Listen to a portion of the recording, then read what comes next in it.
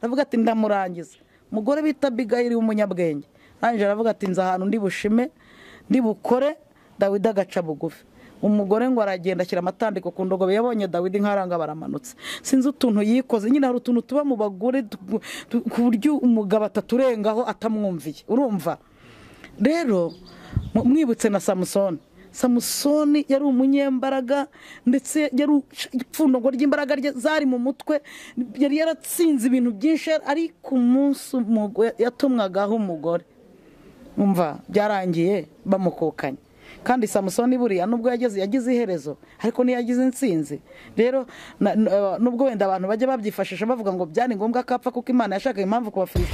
Wakoze kubana natwe kuri Gusenga TV, kanda subscribe ndetse ukande no kunzogera ujye ubona notification umunsi ku wundi. Kurikirana Gusenga TV, uyu mwanya turi kumwe na Madame Pasteur, aho agiye kutuganirira bimwe mu bigize ubuzima bwe ndetse bakaduhereza n'ikigisho gitandukanye. Madame Pasteur, turabakiriye. Murakoze cyane, murakoze, Imana ibahe umugisha. Yego, uratangira rero utubwire amazina yawe, utubwire urusengero usengeramo, hanyuma utubwire ndetse n'icyo kigisho tuteganyirije uno munsi. Izina ryanjye nitwa Umutesi Marie Aimée Prédentienne, umubyeyi, mfite abana babiri, nsengera mu itorero Maranatha Mission Igikondo. Maranatha Mission yatangiye ryari? Watubwira yatangiye ryari, igihe yatangiriye? Maranatha Mission ni itorero rimaze igihe rikora, ariko nyine kubera ko iyo ndi hano kuri kamera ntabwo ari ryo mpamuhagarariye, nta nubwo ari ryo riba ryanyohereje, numva nta byinshi narivugaho. Murakoze. Muri ino minsi u Rwanda ndetse n'ibindi bihugu muri rusange bashegeshwe cyane n'icyorezo cya coronavirus, icyorezo kimaze kwangiriza bimwe bitagira ingano. Mwebwe nka Maranatha Mission mwagezweho izihe ngaruka n'iyi coronavirus? Nta ngaruka zatubayeho zihariye, zabaye ku bandi nizo zatubayeho, byanga bikunda nyine.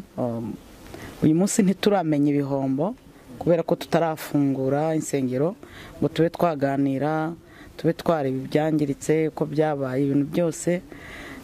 Ntabwo uyu munsi turamenya ibihombo, ariko byanga bikunda isi yose iri mu gihombo. Yego, nyuma rero yo kutuganiriza kuri bimwe mu bigize urusengero rwanyu, ubuzima bwanyu, mugiye kuduhereza icyigisho cy'uno munsi kiraba kivuga gute?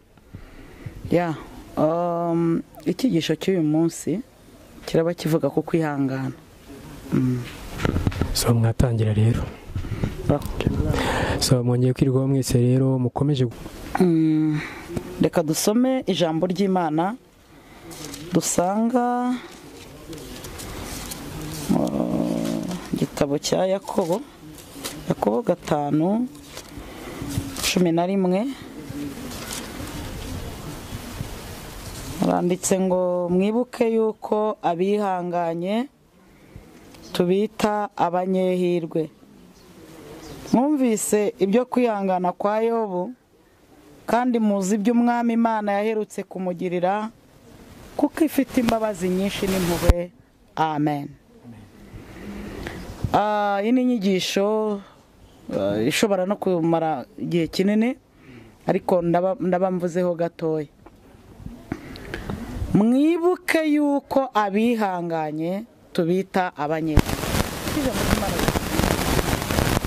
Mwibuke yuko ijambo ry'Imana iyo ritangiye rivuga ngo mwibuke cyangwa ryibutsa, aba ari umurimo w'Umwuka Wera utangiye gukorwa mu bantu, kubera ko duhabwa isezerano ry'Umwuka Wera.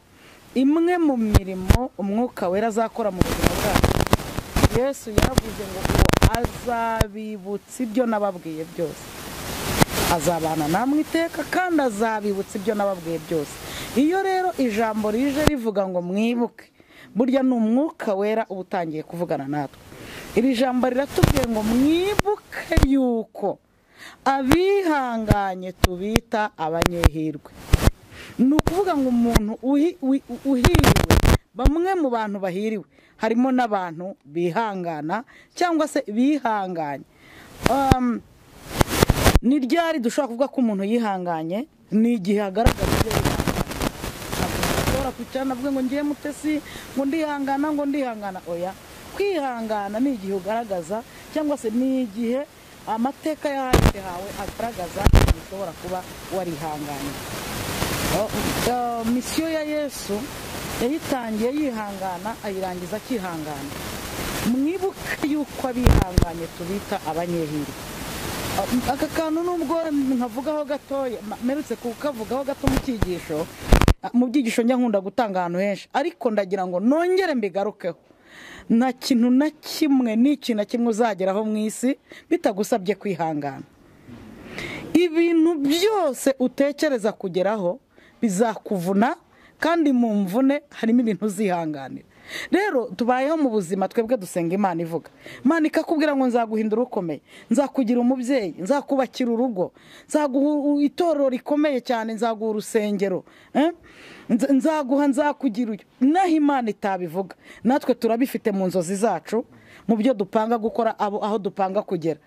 Ibi bintu usubira inyuma, Imana iguhereze akabando ko kwicumbagiza kitwa kwihangana.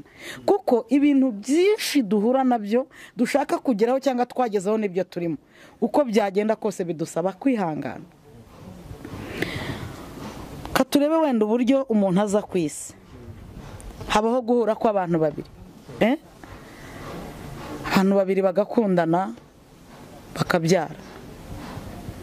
Kubyara kugira ngo umuntu abeho abanza gutwita. Gutwita bisaba kwihangana. Gutwita wenda bisaba kwihangana.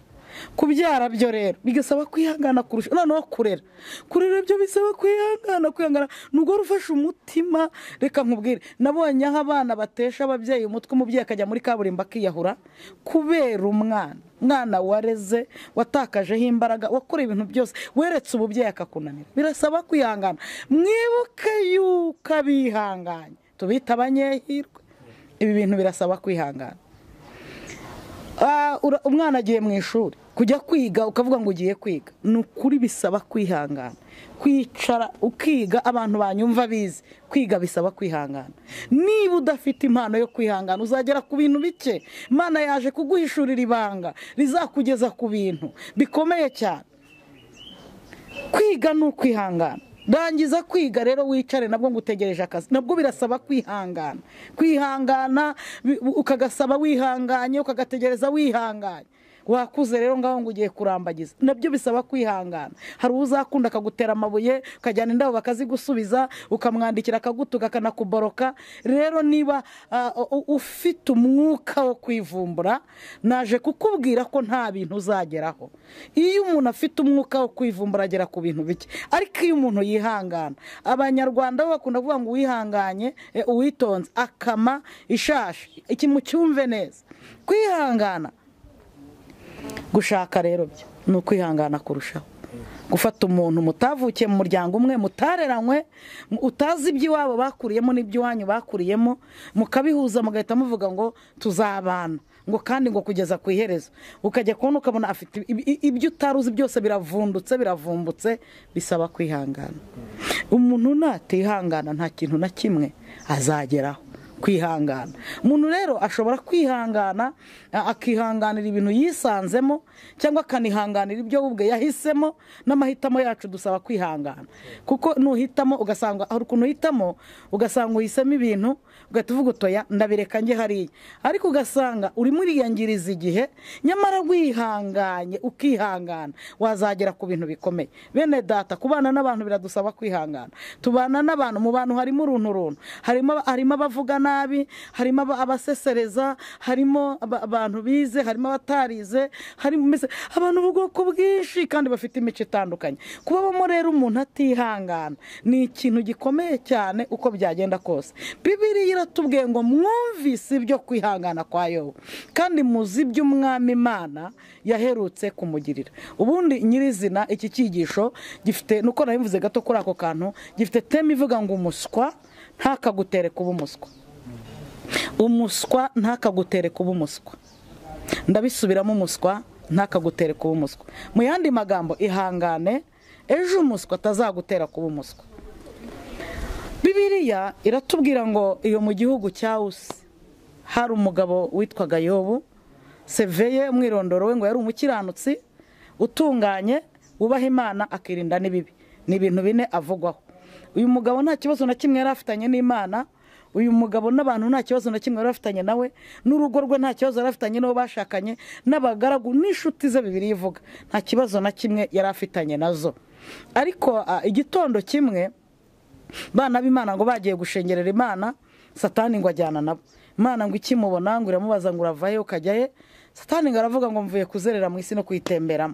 Imana yari ifite umuntu wo kwirata, ifite yahita ibwira Satani ati okay, none se aho niba koko waba watembereye muri wahatembere naho ari umugabo shaka kukuratira, waba wabonye umukiranutsi wanjye witwa Yobu ko ari ntawe uhwanye nawe mu isi, kubera ko ayakomeje gukiranuka kwe, ni umugabo unyubaha, aratunganye, aranyubaha kandi akirinda n'ibibi. Satani rero buriya ko kubera ko yari yatembere kwa Yobu, yari yabirebye neza, asanga kwa Yobu ntago basenga basaba ibiryo, ntago basenga basaba amafaranga, nta kintu na kimwe yabuze, yabyaye abahungu 7 n'abakobwa 3, afite ingamiya, afite intama, afite ngo niwe mukire wari umukire muri kara gace, nta muntu umwe wamurushaga ubutunzi. Satani avuga ati ko subwo mu bantu wanyiratira, mu bantu wambwira, mu bantu ushobora kuvuga ko ufite ngo bagukunda, na Yobu uramushyiramo. None se Yobu yabuzwa n'iki kugukunda? Aratunze, aratunganiwe, umugore aramwita sheri, afite inshuti 3 nababonye, umwe ni Biludadi, undi ni Elifazi, undi ni Zofari. Yobu muri kara gace ni umukire, uzambwira ko Yobu muri inshuti mu buhe buryo? Hari ikibazo yari yahura nabyo ngo urebe ko Yobu mushobora kuba inshuti? Ariko ndagira ngo mbabwire ko Satani ari umuswa. Satani ni umuswa, buriya ibintu byose abipanga nyuma y'igihe. Noneho ikindi Satani ntabwo azi umubare w'ibanga uba hagati yacu n'Imana. Noneho Satani we areba kubifatika, kandi twebwe urukundo dufitanye n'Imana ntabwo ruturuka mu bifatika kuko bitanahari, twayivuga, twayisenga, twanayikunda. Ruturuka mu bidafatika, ruturuka mu buryo bw'umwuka, kuko twizeye neza ko na nyuma y'ubu buzima turimo hari ubundi buzima.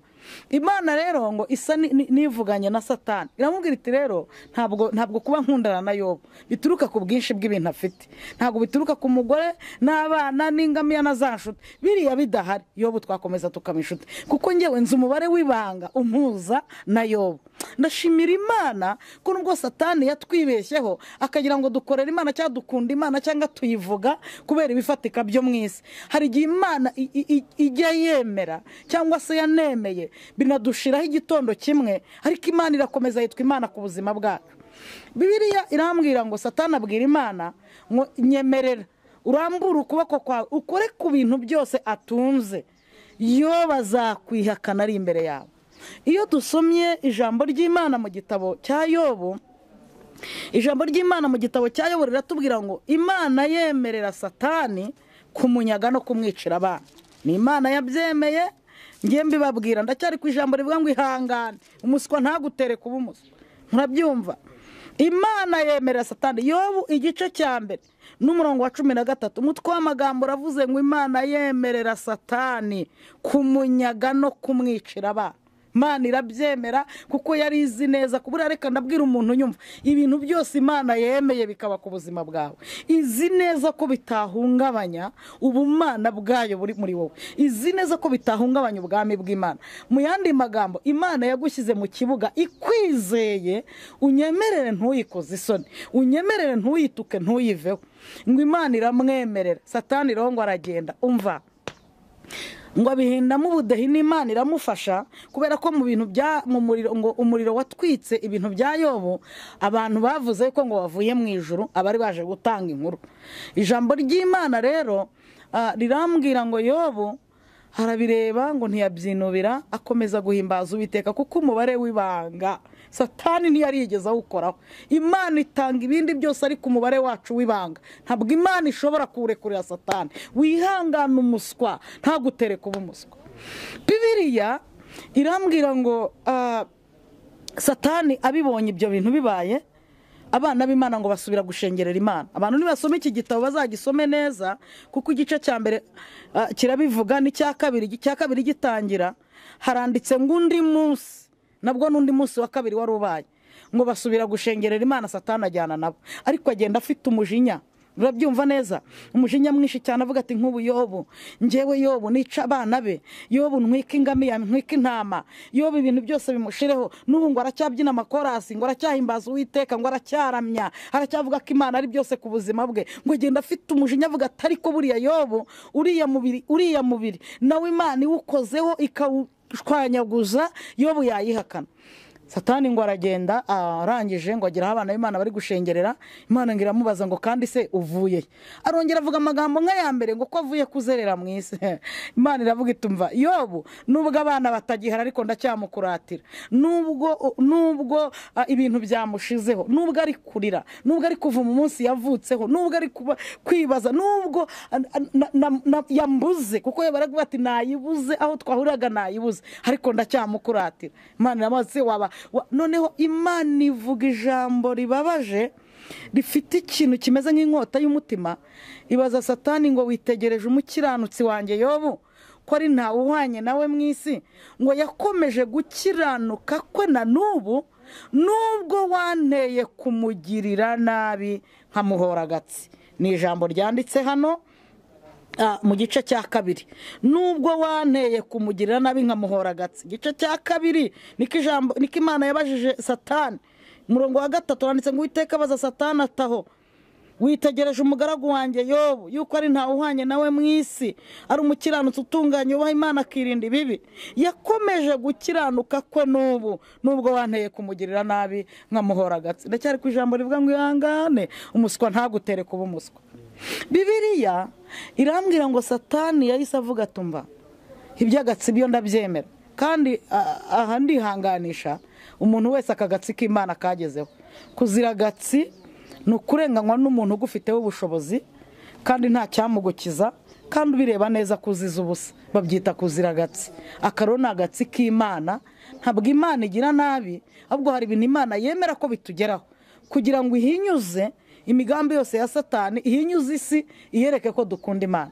Nyirizina ubundi iki gitabo kigaragaza urukundo umuntu wese akunda Imana n'uburyo ashobora gukomeza kuyihamya mu byago no mu makuba.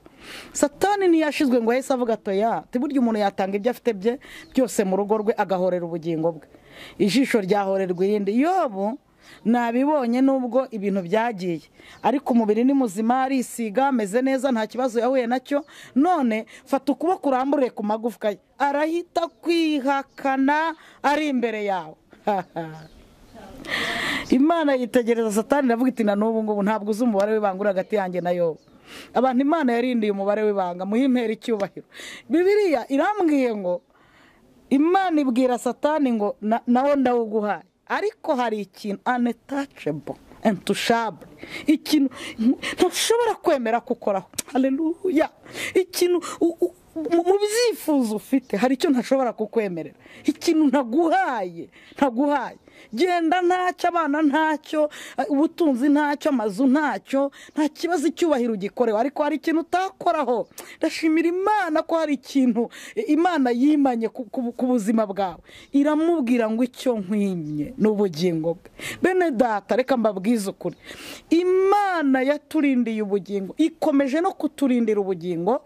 Buriya iyo ubugingo bw'umuntu bupfuye abarangiye, ariko iyo ubugingo bukiri buzima Imana ibuheraho ikaguhereza ibintu, ariko ubugingo bwapfuye na bya bintu ntabyo ubona. Wihangane, umuswa ntagutere kuba umuswa. Bibiliya irambwira ngo Satani aragenda amuteza ibishyuti, akajya avuga tumva ndabizi neza, nabyuka agasanga arimo arishima, yatonyaguritse umubiri wose, guhimbaza Imana birarangira. Nyamara kuba dukorera Imana, tuvuga Imana, tuyikunda, tujya mu marepetisiyo, tujya muri za korari, tujya mu nsengero, tujya gufasha abarwayi, dusura abari mu nzu y'imbohe, dufasha abakene, mbese kuba dukora umurimo w'Imana, kuba tuvuga ijambo ry'Imana, kuba tubana n'abana, kuba dufitanye ubusabane n'Imana, ntabwo bituruka mu bintu bifatika, kuko hari n'igihe tutari tubifite kandi dufite Imana tukumva biduhagije. Ijambo ry'Imana rirambwira ngo ibyo nabyo Yoba bibonye ntiyabyinubira, akomeza guhimbaza Uwiteka kubera iki ubugingo bwari bukiri buzima. We Pawulo yabwiye bagenzi barabwira ati bene data mw'abagabo mwe muri iyi nyanja hagiye kubamo amakuba ndetse no gupfusha ibyacu, none mube maso musenge kuko uretse no gupfusha ibyacu ubugingo nabwo bwagenda. Barangije mwibuke ko barwanye ku bugingo ngo bajugunya n'ibyo bari bafite byose mu mazi ngo barebe ko bashobora kuba bazima, ariko Imana iravuga ngo inkuge niyo izagira ikiba nta wundi uzagira icyaba. Inshuti yanjye, mu gihe uhuye n'ikigeragezo, mu gihe uhuye n'intambara, ujye uvuga uti iki kintu kambanze ndeba ahantu ubugingo bwanjye buhagaze, kuko ibi bintu biteye urugo rwanjye birampigira ubugingo, ibi bintu biteye sosiyete ndimo birahiga ubugingo, ibi bintu biteye igihugu birahiga ubugingo, ibi bintu birampigira ubugingo. Inshuti yanjye, mbere yo kurwana ku bintu ujye ubanza umenye ubugingo. Vuga uti ubugingo butahangirikira ntagira ikintu nkora cyatuma mbura ubugingo. Buri Imana ikunda ubugingo bw'umuntu, nta nubwo Imana yakina n'ikintu cyose cyakinisha ubugingo bw'umuntu.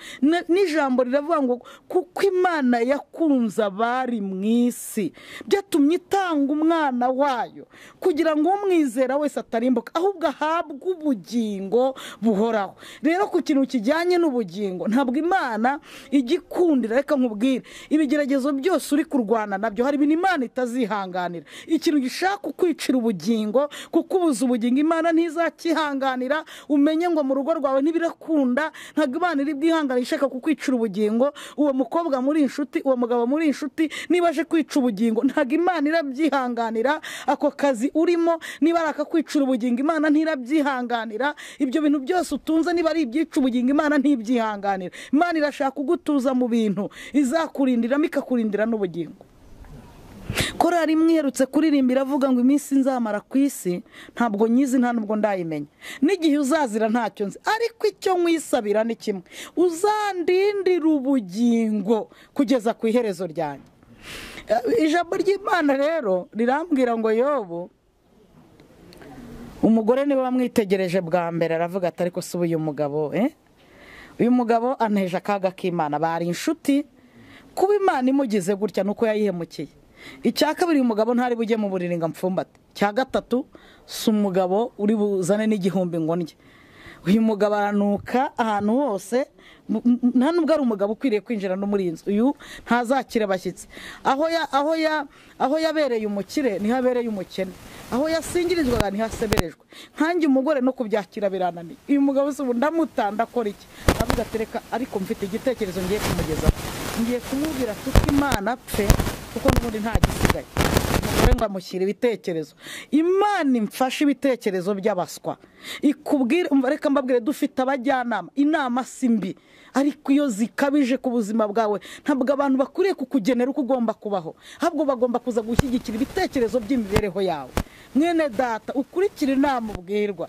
Buriya umuswa kubona bwije akagira ngo ntibuzake, umuswa kubona urira akagira ngo ntabwo uzahora, umuswa kubona ashonje akagira ngo ntuzarye, umuswa kubona ushomere akagira ntuzabona akazi, umuswa gusanga umugabo yagutaye cyangwa umugore yagutaye akagira ngo nta bindi byiringiro byo kongera kubaho ufite, hakakuzanira inama z'abaswa. Bimwe mu bintu twagiye tuzira, twazize inama z'abaswa, abantu bareba hafi, abantu batazi icyo twavuganye n'Imana, abantu batazi impamvu z'ibyiringiro dufite. Umugore ngo aramwegera. Ubundi mu mugore habamo imbaraga. Ubundi mu mugore ntabwo nje ku gisho cy'umugore, ariko ubundi mu mugore harimo imbaraga zihindura. Mu mugore harimo imbaraga zihindura cyane cyane, ndetse no ku mugabo burya umugore yahindura. Nsa abantu nkabangaye, niba umuntu bita Aburahamu yararavuganye n'Imana ari babiri, imwibwirira ibyizamukorera n'uburyo urubyaro rwe ruzangana n'umusenyi wo ku nyanja. Ariko umunsi umugore yamuhaga igitekerezo, amuha igitekerezo ati kuvuga ntiwajyayo ko itinze yahise agenda. Ndabyibuka igitondo kimwe umuntu bita Dawidi yari yakamejeje afite umujinya avuga ko arica Nabali. Aravuga ati ndamurangiza. Umugore bita Abigayili w'umunyabwenge arangije aravuga ati nza ahantu ndi bushime ndi bukore. Dawidi agaca bugufi. Umugore ngo aragenda ashyira amatandiko ku ndogobe, yabonye Dawidi nkaranga baramanutse. Sinzi utuntu yikoze, nyine hari utuntu tuba mu bagore ku buryo umugabo ataturengaho atamwumviye. Urumva rero mwibutse na Samusoni. Samusoni yari umunyembaraga ndetse yari ipfundo ry'imbaraga zari mu mutwe, yari yaratsinze ibintu byinshi, ari ku munsi yatumwagaho umugore, umva byarangiye bamukukanye. Kandi Samusoni buriya nubwo yagize iherezo ariko ntiyagize intsinzi. Rero nubwo wenda abantu bajya babyifashisha bavuga ngo byari ngombwa ko apfa kuko Imana yashakaga impamvu ku Bafilisitiya, hari n'igihe Imana ari kwishaka ahandi hantu itayishatse ku byaha bya Samusoni no ku ntege nke ze. Umugore ngo aramwegera avuga ati yo, abanza kubabarana nawe. Ubundi umuswa arabanza akakwereka yuko kuba ufite ubushomeri akakwereka ko mubabaranye, kaza akakubwira ati ni ukuri jyewe ndababaye rwose, uriya mugabo ibintu yagukoreye ndababaye, uriya mugore ibintu yakoze ndababaye. Mbese afite akantu aheraho akwereka ko mubabaranye. Haza aravuga ati umva se ngubu koko nta kuntu watuka Imana, ihangane uyituke upfe nta gisigaye rwose, nta bindi byiringiro, yituke wipfire. Nshuti yanjye ihangane, umuswa ntakagutere kuba umuswa. Ntabwo twaje ku isi nk'impanuka, kuba uri mu byago uyu munsi ntibivuga ko uzabibamo. Ntabwo twasinye kontra, ntabwo dufitanye amasezerano n'umubabaro n'ibyago. Ubuzima bw'umuntu bugizwe n'ibice byinshi. Mubwiriza Salomo mu gitabo cy'umubwiriza yaravuze ngo hari igihe cyo kurira n'igihe cyo guseka. Rero umuswa ntagutere kuba umuswa, ngo azane amagambo y'ubuswa nawe uvuga yandi, ngo azane ibikorwa by'ubuswa nawe ukora ibindi, ejo mutazafatanya. Nyamara ahantu Imana yari igushyize yakwigishaga kugira ngo amasomo iri kukwigisha azakugirire umumaro. Ubuzima bw'umuntu iyo yagiye mu ishuri, iyo umaze kwiga ibyo wize niwe bigirira umumaro. Ngo amaze kumubwira gutyo yo baramwitegereza, ngo aramubwira ngo uvuze nk'umwe mu bagore b'abapfapfa. Ubu koko mu kuboko kwisumba byose havamo ibyiza tukabyina, havamo ibibi tukamuvaho. Mbese yahise akora ikintu cyo kumuhindurira icyumba, kuko yabonaga ari umugore, yari amuzi nk'umugore w'intwari. Ariko umunsi yamugiraga inama z'abaswa, yahise amubwira tumva mu cyumba cy'abanyabwenge muri njye uvuyemo, ngukize mu cyumba cy'abapfapfa. Twige guhindurira abaswa ibyumba, tureke kuko baza ku buzima bwacu kutuzanira inama zipfuye zidafututse. Ihangane, mwibuke yuko abihanganye tubita abanyehirwe. Kwihangana kwayo buhari by'Imana aherutse kumugirira. Imana ibaho umugisha mwinshi cyane. Ndagira ngo nsengane nawe, Imana yo mu ijuru iguha imbaraga zo kunyura mu bintu uri kunyuramo. Siko bizahora, igihe kizagera birangire nshuti yanjye, igihe kizagera bijye ku ruhande. Imana iguhe imbaraga, Imana iguhe kwihangana, Imana iguhe kwihanganira ibyabaye, ibintu byose utagizemo uruhare. Nakubwiraga yuko ikigeragezo iyo kidatewe n'icyaha burya kiba gihetse umugisha. Ibintu byose uko byaje utazi ikibizanye, ni nako bizagenda utazi ikibijyanye, ariko bizagusigira amasomo kandi bizagusiga ukomeye. Ijambo rirambwira ngo abazi Imana yabo bazakomera, nibamara gukomera bakora iby'ubutwari. Data mu izina ryiza rya Yesu Kristo, turagushimira imbaraga zawe n'ubuntu bwawe.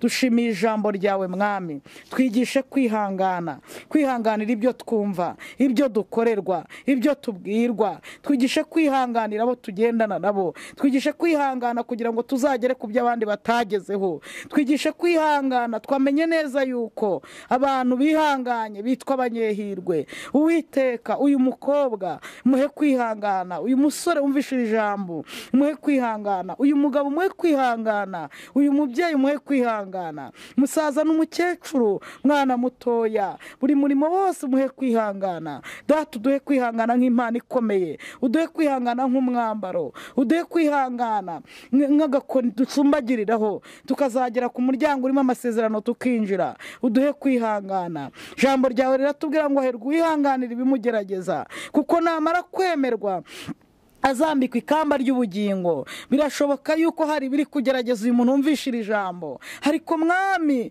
uracyavuga ngo hahirwa wihanganira ibimugerageza, wihanganira amagambo, hakihanganira ubukene, hakihanganira indwara, hakihanganira kubeshyerwa, hakihanganira igisuzuguriro, hakihangana. Uwiteka, igihe nikigera uzamugirira neza kandi aribyo uzamushumbusha. Mwongere kwihangana Mana. Iyo umuntu atihanganye avuga amagambo amagambo mabi. Iyo umuntu atihanganye arya n'ibitaribwa. Iyo umuntu atihanganye ashobora kurya n'ibyipfushije bikamugirira ingaruka. Iyo umuntu atihanganye yicira inzira akaba yanayigwamo. Iyo umuntu atihanganye atangira kurwara inzika akavuga ngo aba bantu nibo bangiriye gutya. Uwiteka we, duhe imbaraga zo kwihangana mubyeyi wacu, duhe kwihangana kuko abihanganye tubita abanyehirwe. Twihanganire abana twabyaye, abagore twashatse, abagabo twashatse. Twihanganire abatwanga badusebya uko turi nuko tutari.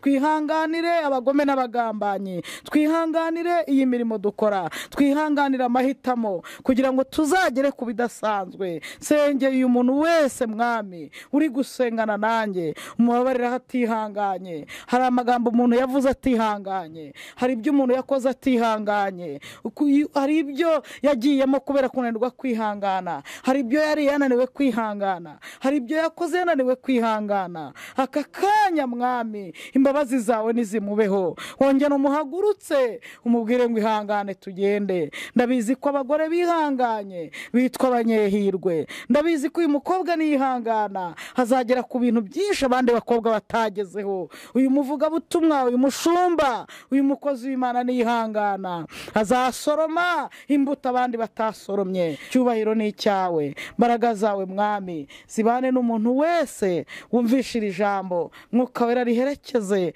kandi mwami Mwuka wera akomeze kurigira rinini mu bihe byacu byose by'ubuzima. Ndagushimiye muri byose, icyubahiro ni icyawe, mu izina ryiza rya Yesu Kristo, amen.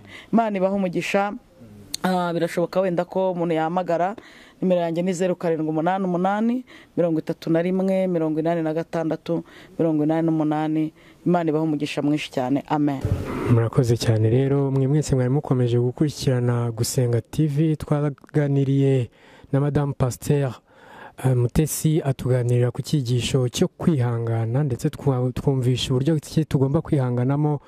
Twumvishe abihanganye uburyo ki babona ijuru kandi bakaribona neza cyane. Twagushimiye cyane Madame Pasteur, wakoze kubana natwe.